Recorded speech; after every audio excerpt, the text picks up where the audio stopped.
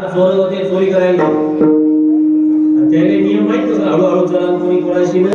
बोला आता चोरी करायला गेले ते सोनं चोरलं सगळं काय चोरायचं ते चोरलं चौघायला बरोबर ते पटापट उचललं निघले तेवढ्यात त्या घरातले मालक आला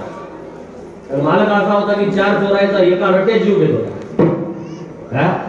मग हे चार चोर पळाले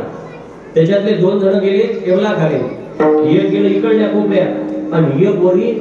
काहीतरी लटकायला होतं त्याला लटकून बसलं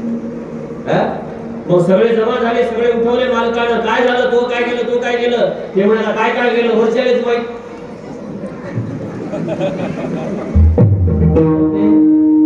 घरातल्या बाया म्हातारीने विचारलं आई तो काय केलं वरच्यालेच माहित